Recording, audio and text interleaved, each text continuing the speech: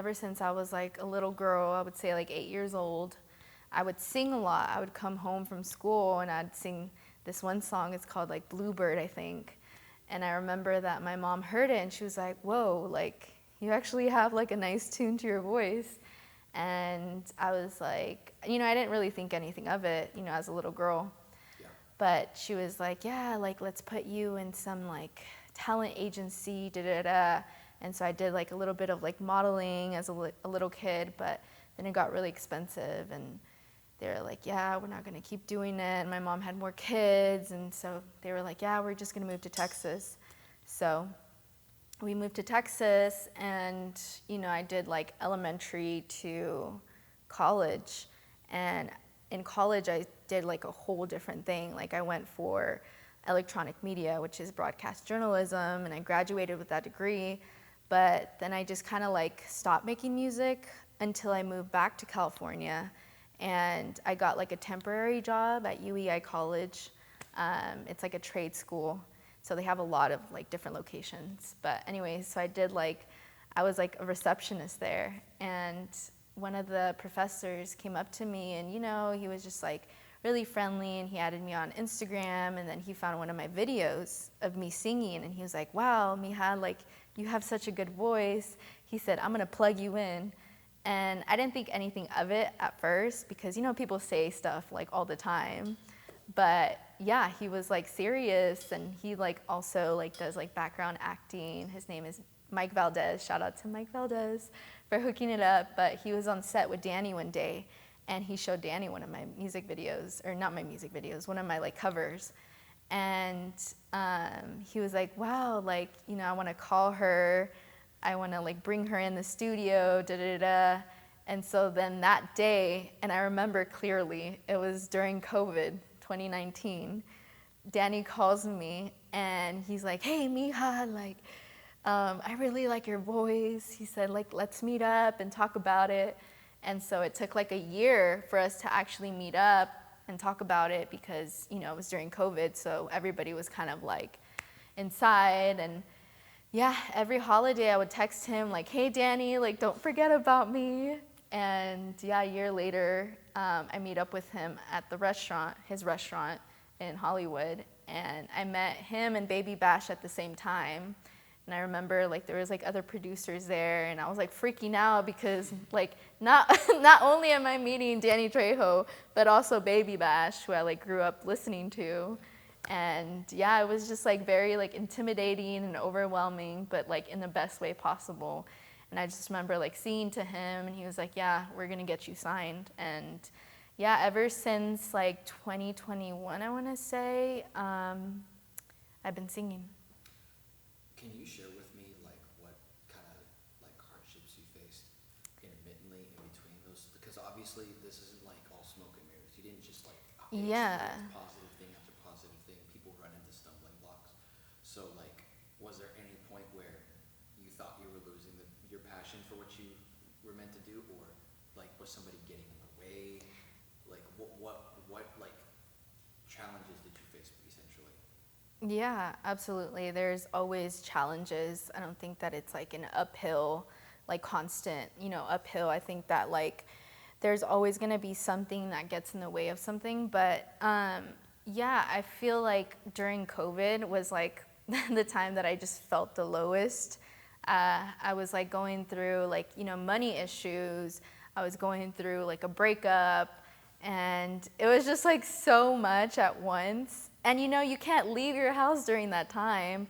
So I just felt like, man, like the world was against me.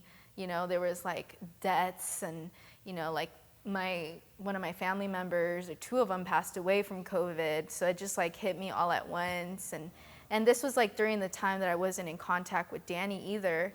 So yeah, I was just like going through it mentally. And I just feel like during that time, I just kept telling myself, like, just push through it, because we all just have bad times, but it's a matter of just like getting up and just doing what you can. And so, yeah, during that time, like I just saved as much money as I could.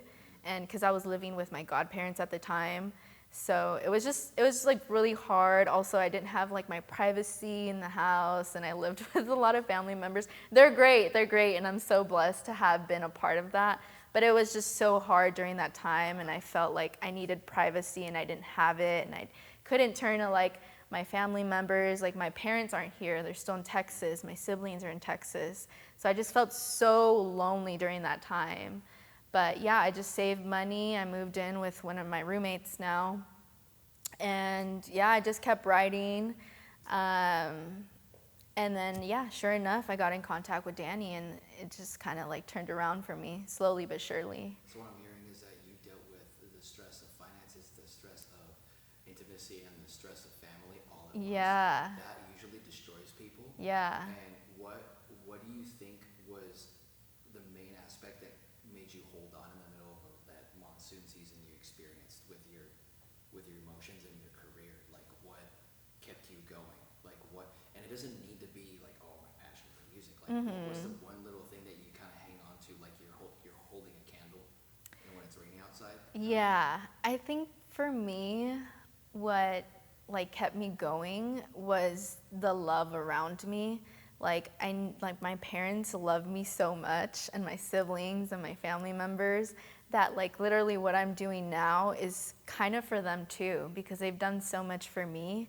And even like my godparents, like them letting me stay there as long as I could until I got like enough money to like move in. Like they let me stay there for free. So like literally what I'm doing now is for them, because I want to be able to repay them and then some, you know?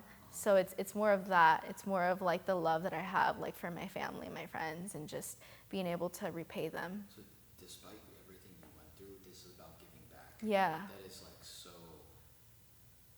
selfless. Like, would you agree with me if I said that you have to learn to be selfish before you're selfless? Yeah. Yeah. Yeah. Yeah. I think that like part of that is loving yourself. And for a long time, I think that I didn't love myself. And I think that was like that was a lot to take in. Yeah. But I think that once you like truly love yourself, you become a little selfish, then it's time to be a little selfless and give back to the people that have given to you, and also the people that need it, because, you know. What's something that, like, to someone like me that sees you on the screen, like, I think you're super cool, everything must be going all right and everything, like, what's, like, a really important thing you think people should know about, like, self-improvement that they just completely overlook? Like, what do you think helped you the most? Because you've been through more than most people, from what I heard. You're so, like, and you didn't break down, right? So, like, what type of virtue did you have that you think that would helps people the most in like that time if they were to experience that? Like, what's your main inspiration for like going forward other than the love of your family, essentially? Because it came from within too. Yeah, It's it an came from exterior within. force. Yeah. So where were you drawing from? What was? So like for me, I love like film and music. I think those are like my two like I just love watching movies. I love listening to music. So during also like COVID, I'd watch a lot of movies, right? Because that's like one of the things that we did most. We watch movies, we watch shows. So for me, like I'm a huge Marvel fan. I'd watch a lot of like Marvel films, and I remember just thinking to myself, like, man, one day I want to be able to meet these people in this film and become their friends. And honestly, like that's part of like what kept me going as well, is because I know that I want to be in the room with these people. So I'm going to do what I can to be in the room with these people, even if they're actors, right? Because singers and actors know each other. So I just knew that I wanted to be in that environment. So I'm going to keep doing what God gave me, like my talents, to get there. Your response is like so amazing. Like, oh wow. Thank you. You're killing me. I'm pressed to ask you really good questions because you have really good answers. So if you were to put it like vaguely, Edward, tell me right now what your brand is. What are the main virtues of your brand again? Do you remember? No, you have to remind me. So concept is your way of telling your story. stories, so we're giving people a platform, put on the top, because people are too afraid to tell their own story, or too afraid to be on camera. Yeah. If you could make, if you could compare your story to anything you've read, right, or get inspiration from, what would you say it's most like? Ooh, I don't know. I feel like everybody has their own different story, right? I think that there's like similar stories, but I don't know.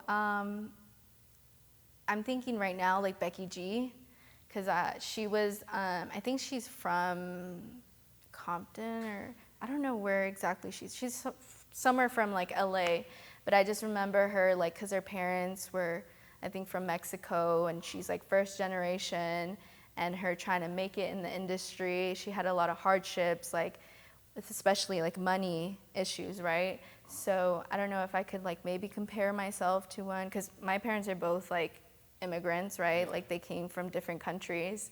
So I don't know, I think like in some way maybe like we resemble in that way, because I'm also first generation.